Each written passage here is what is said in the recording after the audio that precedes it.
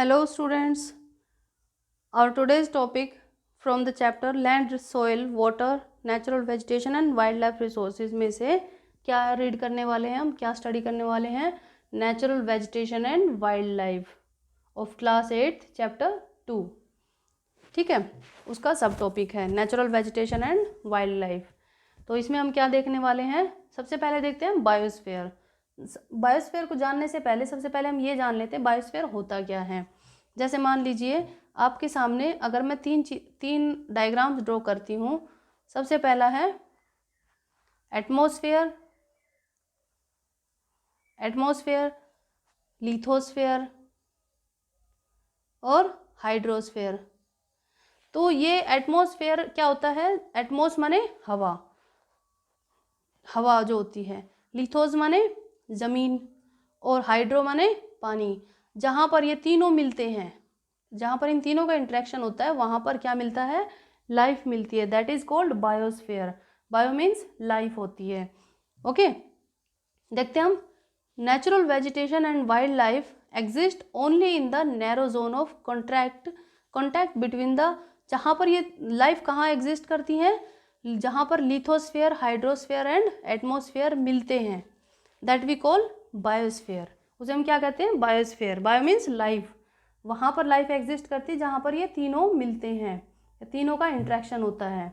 In the biosphere living things are inter related and interdependent. जो biosphere होता है उसमें जो लिविंग थिंग्स होती है वो इंटर रिलेटेड होती है और इंटरडिपेंडेंट होती है, एक दूसरे के ऊपर डिपेंड करती है।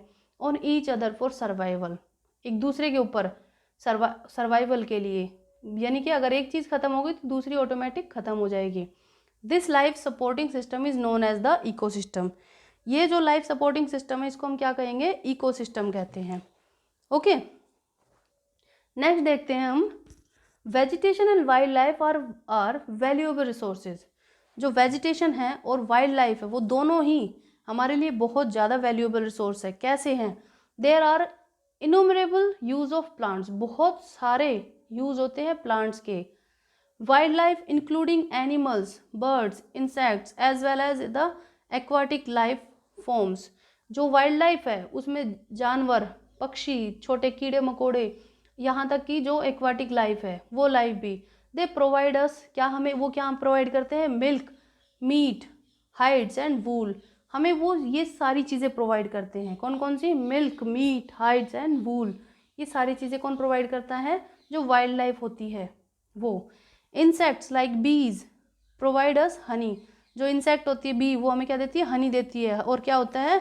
हेल्प इन पोलिनेशन, और पोलिनेशन में हेल्प करती है। और फ्लावर्स के पोलिनेशन में हेल्प करती है। And have an important role to play a decomposer in the ecosystem. और एक रोल प्ले करती है डिकम्पोजर का पूरे इकोसिस्टम में। हम एक छोटे से इंसेक्ट की ही बात कर रहे हैं, बी की। This is very important. Bee जो होती है एक छोटा सा इंसेक्ट होती है, बट हमारे पूरे इकोसिस्टम के लिए बहुत ज़्यादा इंपॉर्टेंट है। अगर बीज खत्म हो जाती हैं तो पॉलिनेशन नहीं होगा पौधों में। पॉलिनेशन नहीं होगा तो फ्लावर्स जो हैं उनमें फ्रूट्स नहीं आएंगे। फ्रूट्स नहीं आएंगे तो हम खाएंगे क्या? ठीक है, नेक्स्ट देखते हैं हम। The birds feed on insects. और बर्ड क्या करती हैं? इन इंसेक्ट्स को खाती हैं। And act as decomposer as well, और एक डिकम्पोजर का काम करती है जैसे ये बीज करती हैं। ऐसे ही अगर बर्ड्स नहीं होंगी तो बीज इतनी ज़्यादा बढ़ जाएंगी कि चारों तरफ आपको बीज ही नज़र आएंगी और या इंसेक्ट ही नज़र आएंगे। और अगर इंसेक्ट खत्म हो जाएंगे तो बर्ड्स खत्म हो जाएंगे। तो मतलब ये एक दूसरे के ऊपर इंटरडिपेंड करते हैं।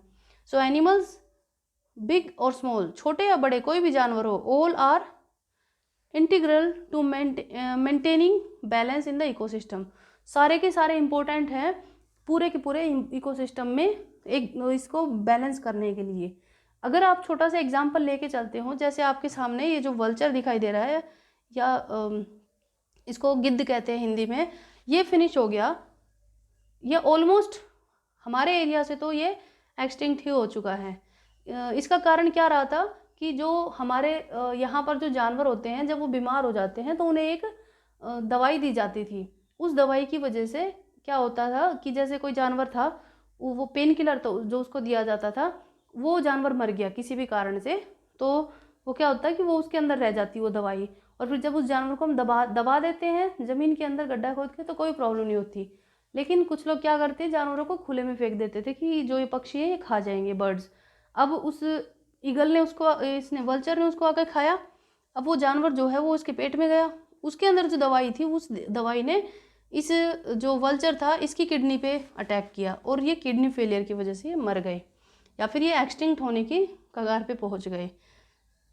ठीक है, अब अगर जब ये एक्सटिंक्ट हो जाते हैं तो हम अगर जानवर को बाहर फेंकते हैं तो वो सड़ेगा, लेकिन वो फिनिश ख़त्म नहीं होगा, क्योंकि वल्चर्स वहाँ पर नहीं है जो उसको खा जाएंगे। ठीक है, तो सारी चीज़ें बहुत ज़्यादा इम्पोर्टेंट है। अब छोटा सा एग्जाम्पल एक और लेके चलते हैं कि हमारे यहाँ पर आसपास में आपने कौवे तो बहुत देखे होंगे, लोगों को अच्छे भी नहीं लगते कौवे, लेकिन अगर कौवे ख़त्म हो जाते हैं तो जो गंदगी होती है, कूड़ा होता है, उसमें से गंदगी को खाएगा कौन? उसे कौन साफ करता है? कौवा करता है साफ। अगर हमारे यहाँ पर बहुत सारे सांप आपने देखे होंगे, स्नैक्स होते हैं, अगर स्नैक्स ख़त्म हो जाते हैं तो क्या होगा? बहुत सारे चूहे बढ़ जाएंगे। चूहे बढ़ जाएंगे तो क्या होगा? जो अनाज होगा उसको वो ख़राब हो जाएगा। अब अगर चूहे बढ़ जाएंगे तो उनको ख़त्म करने के लिए कौन चाहिए? स्नैक्स चाहिए। ठीक है, तो दोनों ही इम्पोर्टेंट है। नेक्स्ट देखते हैं हम आगे, डिस्ट्रीब्यूशन ऑफ नेचुरल वेजिटेशन। जो नेचुरल वेजिटेशन है वो किस तरीके से डिस्ट्रीब्यूटेड है, इसमें देखते हैं हम एवरग्रीन और डेसिडियस। एवरग्रीन फॉरेस्ट क्या होते हैं? जैसे आपको पिक्चर में दिख रहा है, एवरग्रीन क्या होते हैं? जो हमेशा हरे भरे नजर आते हैं। डेसिडियस क्या होते हैं? जो एक पर्टिकुलर टाइम पीरियड पे अपने पत्ते गिरा देते हैं, छोड़ देते हैं। ठीक है, और जो एवरग्रीन होते हैं उनमें क्या होता है, वो अपने लीव्स जो होते हैं वो एक साथ नहीं गिराते हैं, इस वजह से वो पूरे साल हरे भरे नजर आते हैं। और ये क्या करते हैं डेसिडियस, ये अपने पत्ते क्या होते हैं एक साथ गिरा देते हैं। इस वजह से क्या होंगे, जो पौधे होते हैं वो एकदम से ऐसे नजर आएंगे जैसे किसी के सर पे बाल ना हो, ऐसे सारे के सारे पत्ते गायब हो जाते इन पेड़ों में से। ठीक है, और ये हरे भरे नजर नहीं आते हैं। ओके, देखते हैं हम आगे, conservation of natural vegetation and wild life. अब जो नेचुरल वेजिटेशन है और वाइल्ड लाइफ है उसको हम कैसे कंजर्व कर सकते हैं, या फिर क्यों ज़रूरी है उसको कंजर्वेशन करना। Change of climate and human interference can cause the loss of natural habitats for the plants and animals. जो ह्यूमन इंटरफेरेंस है उसके कारण से जो जानवर हैं, प्लांट्स हैं, एनिमल्स हैं, उनका नेचुरल हैबिटेट्स वो है वो उनका ख़त्म होने लगा है, उन जानवरों का, उन प्लांट्स का।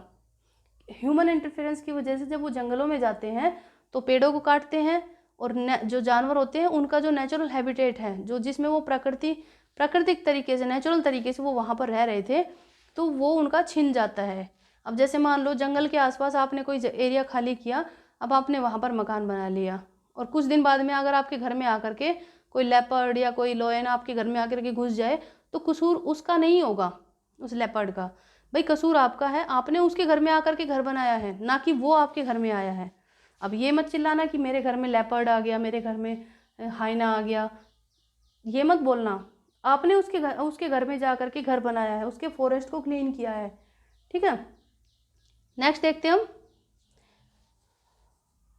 Many species have become vulnerable or endangered and some are on the verge of extinction। बहुत सारी ऐसी स्पीसीज हैं जो vulnerable है, endangered है, जो ख़त्म होने की कगार पर पहुंच चुकी है, और बहुत सारी ऐसी जो एक्सटिंक्ट भी हो चुकी हैं। ठीक है, deforestation, soil erosion, constructional activities, forest fires, tsunami, landslide are some of the human-made and natural factors which together accelerate the process of extinction of these great natural resource। और ये जो कुछ एक कारण है जो ह्यूमन और नेचुरल फैक्टर्स हैं, यानी कि इंसानों की और नेचर की, दोनों की करनी की वजह से, या दोनों के कारण से, दोनों की वजह से जो हमारा जो ये नेचुरल रिसोर्स है, ये ग्रेट नेचुरल रिसोर्स है, ये इसके एक्सटिंक्शन की प्रोसेस को और ज़्यादा तेज़ कर देते हैं। जैसे जो डिफोरेस्टेशन, हमने जंगल काट दिए, सॉइल इरोजन हो गया, हम कंस्ट्रक्शन एक्टिविटीज़ की वजह से जंगलों को काट रहे हैं, फॉरेस्ट में आग लग रही है, नेचर की वजह से या ह्यूमन एक्टिविटीज़ की वजह से भी सुनामी आ रही है, लैंडस्लाइड हो रही है। इन सारे फैक्टर्स की वजह से क्या होता है, जो वहाँ के जानवर हैं, वो वहाँ की वेजिटेशन है, वो लगातार ख़त्म हो रही है, एक्सटिंक्ट हो रही है। The animals are poached for collection and illegal trade of hides, skins, nails, teeth, horns as well as feathers. और जो जानवर हैं उनका शिकार किया जा रहा है, इलीगल शिकार किया जा रहा है। किसके लिए? उनकी स्किन के लिए, उनके नेल्स, उनके टीथ, उनके हॉर्न्स के लिए, उनके फेदर्स के लिए। अरे भाई कहीं तो समझ जाओ आप। There is a balance in the environment if the relative number of species is not disturb. अगर जो स्पीसीज हैं उनके रिलेटिव नंबर्स ऑफ स्पीसीज में डिस्टर्बेंस नहीं होता है तो इन्वायरमेंट में क्या होगा? एक बैलेंस रहेगा। Due to indiscriminate killings several birds and animals have either become extinct or on the verge of extinction। और जो इनडिस्क्रिमिनेट किलिंग्स है, जो मतलब कि सारे जानवरों को जो हमें मार रहे हैं, बहुत सारी बर्ड्स को हम मार रहे हैं, जानवरों को मार रहे हैं, उसकी वजह से ये जानवर, ये बर्ड्स ऐसी कगार पर पहुंच गए हैं जहां पर ये आकर के ख़त्म हो जाएंगे। फिर किसको मारोगे भाई? Many countries have passed laws declaring that the trade as well as killing of birds and animals are illegal। बहुत सारी ऐसी कंट्रीज है जिन्होंने इन सब को मारने पर, इनकी किलिंग्स पर, इनके शिकार पर बैन लगा रखा है, इलीगल बता रखा है, फिर भी लोग इसको मार रहे हैं। Conservation of plants and animals is an ethical duty of every citizen. ये हमारी इन सारे प्लांट्स एंड एनिमल्स को कंजर्व करना, इनको बचाना हम सबकी एक मॉरल ड्यूटी है। तो हम सबको एक साथ आना पड़ेगा, इनको कैसे हम बचा सकते हैं, ठीक है। और इसमें सबसे ज़्यादा किसका योगदान होगा? आप सबका होगा बच्चों, क्योंकि आप ही आगे आने वाली पीढ़ी हो, ठीक है। जैसे हमने अभी बहुत सारे एग्जाम्पल्स देखे होंगे, जो फॉरेस्ट फायर होती है, ह्यूमन मेड भी होती है और नेचुरल भी होती है। नेचुरल तो नेचर अपने आप को रिन्यू करता है, ठीक है। जब बहुत सारे जंगल हो जाते हैं, बहुत सारा उसमें लकड़ियाँ हो जाती है, तो क्या होता है, जब हवा चलती है तो जो लकड़ियाँ होती है वो आपस में घिसती है और उसमें आग लग जाती है फॉरेस्ट में। ह्यूमन मेड भी होती है फायर्स, जो कैंप फायर होती है उसकी वजह से लग जाती है। लोग जंगलों में घूमने के लिए जाते हैं अपने मज़े के लिए, और वहाँ पर कोई चिंगारी या कोई कैंप फायर जो उन्होंने ऑन करी उसको छोड़ के आ जाते हैं और फिर जंगल में आग लग जाती है और लाखों की संख्या में जो जानवर होते हैं वो मर जाते हैं। जैसे रिसेंटली आपने जो ऑस्ट्रेलिया के जंगलों में आग लगी थी उसके बारे में देखा होगा और सुना होगा न्यूज़पेपर्स में और टीवी में, किस तरीके से कितने जानवर, बेगुनाह जानवर वहाँ पर मारे गए, ठीक है। तो हमें इनको बचाना होगा।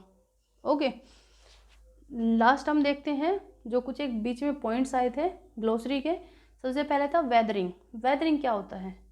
The breaking up and decay of exposed rocks by temperature change, frost action, plants, animals and man. जो ब्रेकिंग अप और डिकेइंग होती है, जो रॉक्स होती हैं, किसकी वजह से? टेम्परेचर बदलता है उसकी वजह से, या फ्रोस्ट होती है, मतलब कि जो बर्फ़ वगैरह पिघलती है, जमती है, प्लांट्स उगते हैं, एनिमल्स की वजह से, इंसानों की वजह से जो बदलाव आता है रॉक्स के ऊपर, this is called weathering. National park होता क्या है? A natural area designated to protect the ecological integrity of one or more ecosystem to present and future generations।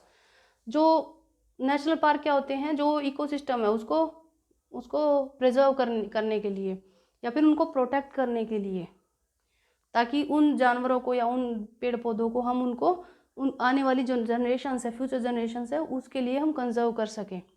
इसके लिए हमने नेशनल पार्क्स बनाए हैं, इकोलॉजिकल इंटीग्रिटी को बनाए रखने के लिए। नेक्स्ट है बायोस्फीयर रिजर्व। क्या होते हैं? Series of protected areas linked through a global network. एक प्रोटेक्टेड एरियाज है, उनकी एक सीरीज है जो कि एक ग्लोबल नेटवर्क से जुड़ी हुई है। Intended to demonstrate the relationship between conservation and development. इनके बीच में एक रिलेशनशिप है, कंजर्वेशन एंड डेवलपमेंट। उनको कंजर्व करना, जो स्पीसीज़ हैं या फिर जो एरियाज़ हैं उनको, और फिर उसके बाद में उनमें डेवलपमेंट करना, that is biosphere reserve. Okay, I hope आपको ये चैप्टर समझ आ गया होगा। इसी के साथ आज हमारा चैप्टर नंबर 2 कंप्लीट होता है, that is land, soil, water, natural vegetation and wild life resource. Okay, I hope आप घर पे रहेंगे, सेफ रहेंगे। इसी के साथ हमारा चैप्टर कंप्लीट होता है। Thank you and have a nice day. पढ़ेंगे, लिखेंगे और सेफ रहेंगे। ओके।